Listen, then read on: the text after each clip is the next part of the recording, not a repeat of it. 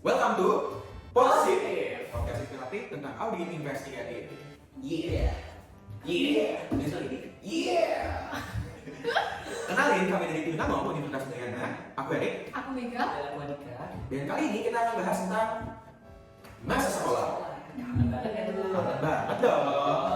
Ngomong tentang sekolah, kita kan udah alumni semua, udah kuliah semua. Iya, Pernah nggak sih in your life ada momen dimana kalian balik ke sekolah terus lihat, lah kok ini ada gedung baru di sini? Apa ceritanya? Iya, keren. Pas kita udah lulus tiba-tiba emang keren semua. Ini juga sih. Bener banget. Dan untuk kasus kita hari ini, yang ini bukan cuma kita bertiga di sini, tapi juga masyarakat sekolah di SMK 1 ABC.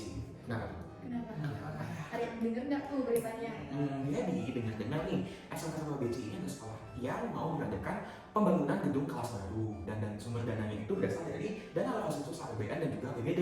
Wih. Nah, aku dengar juga dari proyek pembangunan tersebut SMK Sekolah BC itu cuma ada beberapa dokumen yang dimana cuma ada RAB-nya, lalu ada peluang pekerjaan dan juga ada gambaran teknis. Dan aku dengar tahu untuk proyek tersebut sebesar dengan dokumen yang tidak lengkap. Bener banget sih. Aku juga sempat dengar kalau setelah SMK 1 ABC ini mengungkapkan laporan keuangannya, di mana penggunaan anggaran itu udah 100%, tapi pas dicek secara fisik bangunan yang ada itu cuma 80%, jadi belum selesai sepenuhnya gitu. Tapi gue udah pakai semua dong. Udah habis gitu.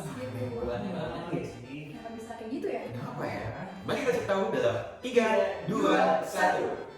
Nah, sebelumnya sudah dijelaskan tentang apa sih yang akan kita bahas pada analisis kita pada kali ini. Nah, sebelumnya saya ingin membahas tentang APBN dan APBD yang merupakan tonggak dasar pembangunan keuangan negara daerah. Dan juga pada data yang ada di website resmi pemerintah pada tahun 2022, APBN sebesar 20%, yaitu sebesar 534 triliun dialokasikan kepada sarana pendidikan, dan juga pada 53% yang ditransfer melalui DHK, yang mana DHK ini digunakan untuk memenuhi fasilitas yang digunakan untuk melayani masyarakat seperti kendaraan operasional dan terutama pada gedung operasionalnya. Nah, termasuk pada rehabilitasi gedung sekolah yang ada pada SMK 1 ABC. Yang dimana seperti kita ketahui SMK 1 ABC menerima dana DHK sebesar 2 miliar rupiah, namun hanya baru terrealisasi sebesar 80%. Yang dimana hal ini tentu saja menjadi indikasi dari fraud, yang dimana berdasarkan penilaian survei dari Association of Certificate Fraud Examiners pada tahun 2019 menyatakan bahwa negara kita, negara Indonesia, salah satu negara yang memiliki tingkat fraud yang buruk, yang dimana 64% di antara fraud tersebut adalah korupsi, yang dimana dari sini kita bisa menyimpulkan bahwa SMK 1 ABC melakukan fraud dan perlu adanya audit investigasi. Berdasarkan latar belakang yang telah kami sajikan, di sini kami memiliki beberapa pertanyaan untuk dianalisis kasus ini. Yang pertama adalah bagaimana pembentukan hipotesis, lalu siapa pihak dan dokumen apa saja yang diperlukan, dan juga apa saja pertanyaan-pertanyaan yang penting untuk diajukan.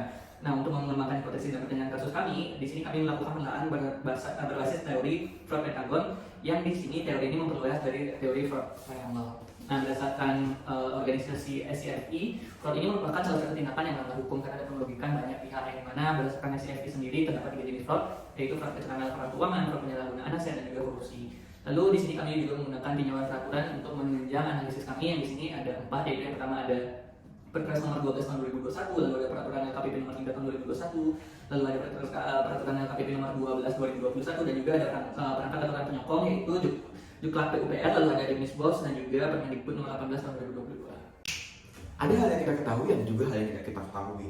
Dalam kasus ini, kita juga perlu mengetahui beberapa poin penting. Seperti yang pertama, kita perlu mengetahui profil dari SMK 1 ABC ini. Apakah dari jenis sekolah SMK 1 ABC ini merupakan sekolah negeri, swasta, ataupun yayasan. Yang kedua juga kita perlu mengetahui legalitas dari pendirian SMK 1 ABC ini.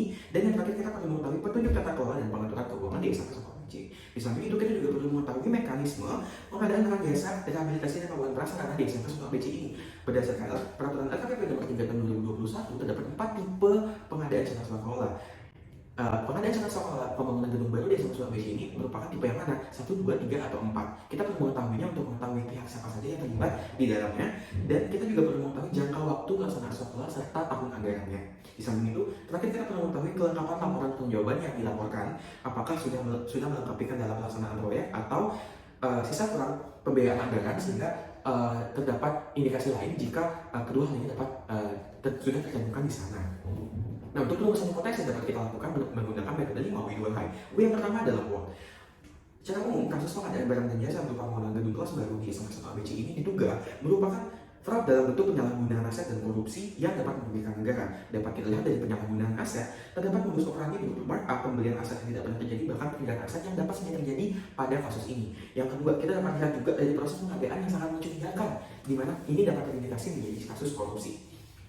Yang W kedua adalah who. dalam kasus ini terdapat dua pihak yang terlibat, yaitu pihak internal dan eksternal. Pihak internal yang terlibat adalah SMK 1 ABC itu sendiri, dan pihak eksternal yang terlibat meliputi PA atau KPA, pejabat dan agen pengadaan, penyedia, BLU atau BLUD, organisasi serta kelompok masyarakat yang terlibat. Dan kasus ini mulai terungkap kecurangannya sejak dari tahap perencanaan, namun seluruh kecurangan ini mulai terungkap dan tercium baunya adalah pada saat serah terima pekerjaan dilakukan, pada saat ada ketidaksamaan antara laporan pertanggungjawaban dengan realisasi di lapangan. Kasus ini juga terjadi terutama di SMK 1 ABC yang tidak menutup kemungkinan akan juga terjadi di tempat penetapan penyelenggara sekolah, baik itu di kantor PA atau KPA penanggung jawab anggaran maupun di kantor pimpinan kelompok masyarakat, bergantung dari tipe pengadaan sekolah yang dilaksanakan oleh SMK 1 ABC dalam hal ini.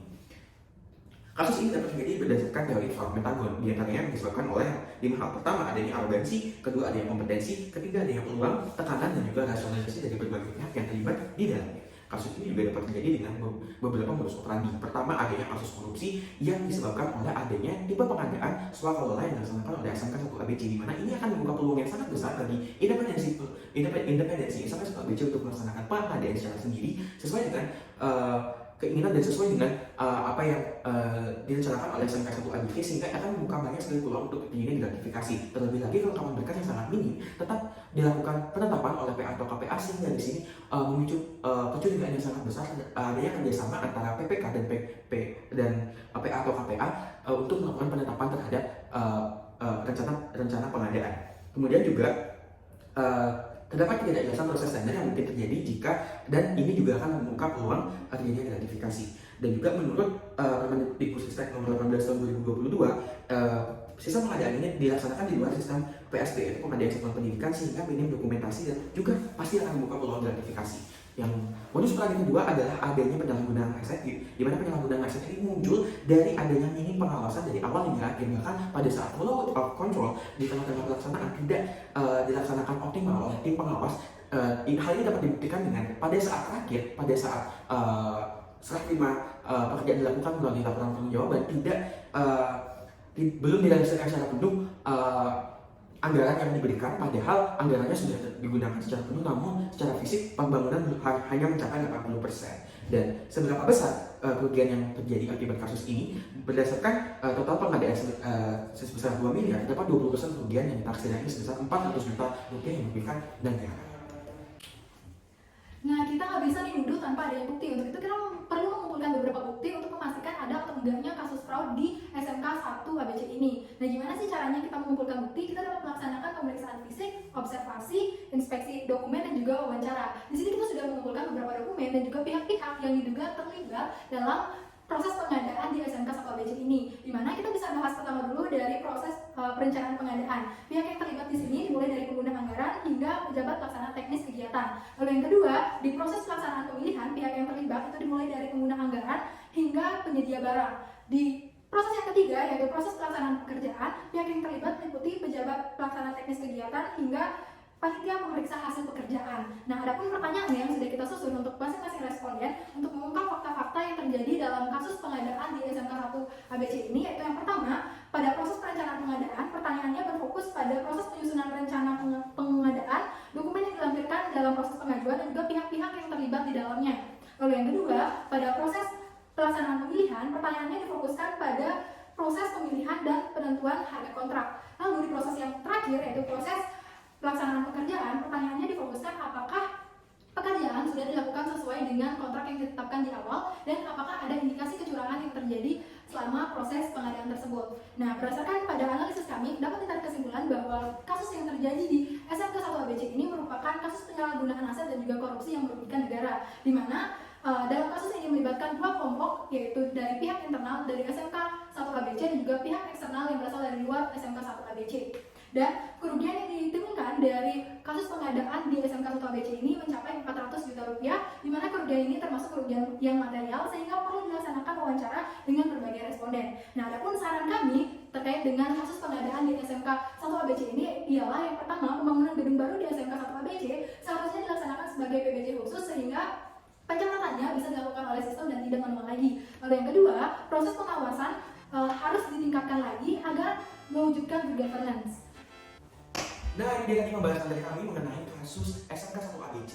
Semoga teman-teman dihindarkan dari fraud karena merugikan diri sendiri, orang lain, dan juga negara. Sekian dari tim Halo Halo. Peace, love, and